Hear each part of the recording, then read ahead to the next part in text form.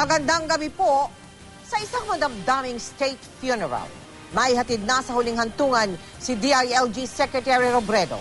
Bago nito ay ginawaran ng kalihim ng Legion of Honor na may ranggong Chief Commander bilang pagkilala sa kanyang paglilingkod sa DILG at sa Naga City bilang alkalde. Karamay ng naiwan niyang pamilya sa pagluluksa mga katrabaho ni Secretary Robredo sa gobyerno at ang mga taga-Naga na pinubunuan ni Secretary Robredo ng 19 na taon bilang alkalde. Mula sa lungsod ng Naga na Katutok Live, si Tina Pangalimanter. Tina? Mike at Mel, nandito tayo sa Eternal Gardens kung saan nadala na ang abo ni DILG Secretary Jesse Robredo. Manang alas 6 ng gabi kanina nang lumabas sa mga abo ng kalihim mula sa Naga Imperial Crematory and Columbarium. Mga 5 oras din tumagal ang cremation dahil mga alauna ng hapon dinala roon ang labi. Pagkalabas ng crematorium ay agad dinala ng pamilya Robredo ang mga abo ng kalihim dito sa Eternal Gardens kung saan ilang oras ding matyagang naghintay ang mga taga-suporta ng yumaong kalihim para makita ang kanyang mga abo.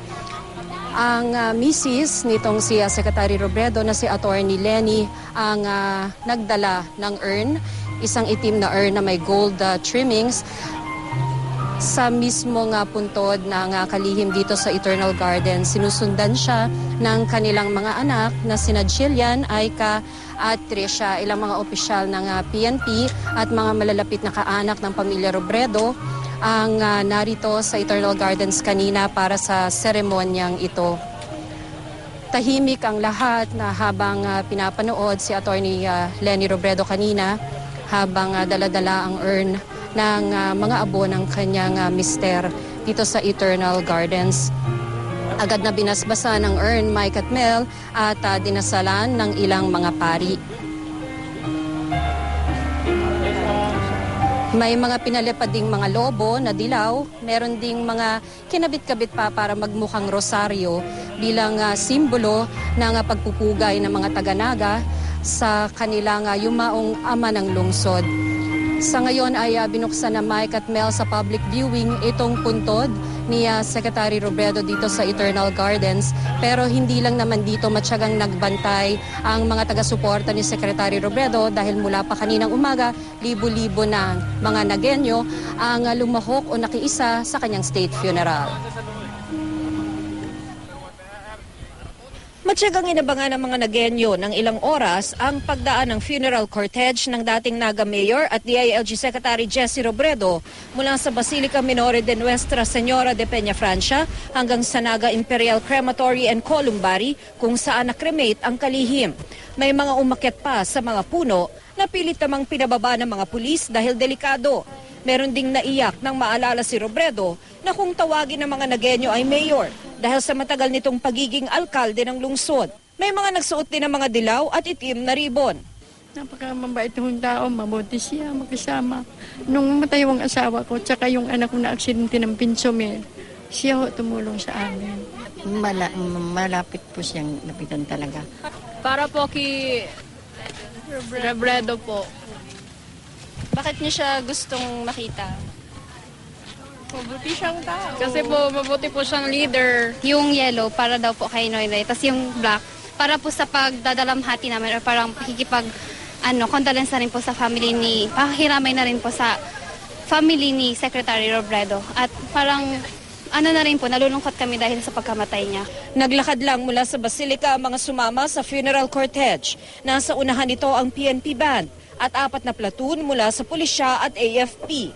Nasa likod nila ang labi ni Robredo na sinabayan sa tabi ng mga miyembro ng gabineteng nagsilbing honorary pallbearers. Sa likod nito naglakad ang Pangulo, ang pamilya Robredo at iba pang kaanak at opisyal ng pamahalaan.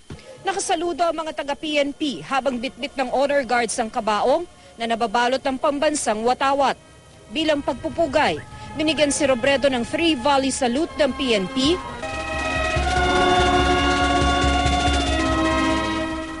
habang tinugtog naman ng AFP ang taps.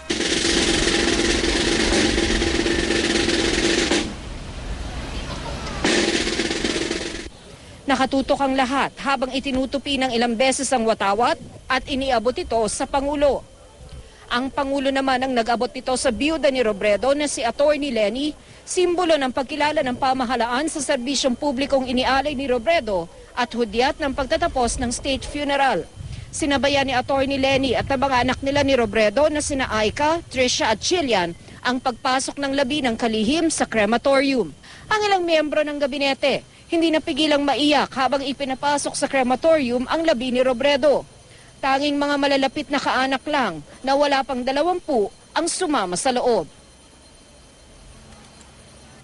Sa ngayon, Mike, ay patuloy itong public viewing. Nakapila ang mga taga-suporta nitong si Secretary Robredo para isa-isang makita ang kanyang punto dito. Hindi inanunsyo, Mike, kung hanggang anong oras ang public viewing pero inaasahang i-accommodate ang lahat ng narito ngayon sa Eternal Gardens. Mike? Tina, nandiyan pa ba si Mrs. Robredo at yung tatlong anak? Sinisilip natin, Mike, sa ngayon. Oo, nandito pa, Mike. Marami pa bang mga nagenyo na kapuso natin na nakapila, na naihimlay na si Secretary Robredo? Ganyang katindi hanggang ngayon. Meron pa bang ibang mga naghihintay sa pila dyan, Tina? Marami pa, Mike, at inaasahan natin na marami pa rin ang hahabol dito sa Eternal Gardens, lalo pat nalaman nila na narito na ang abo ng kanilang minamahal na mayor at kalihim. Mike? Maraming salamat, Tina Panganiban Perez.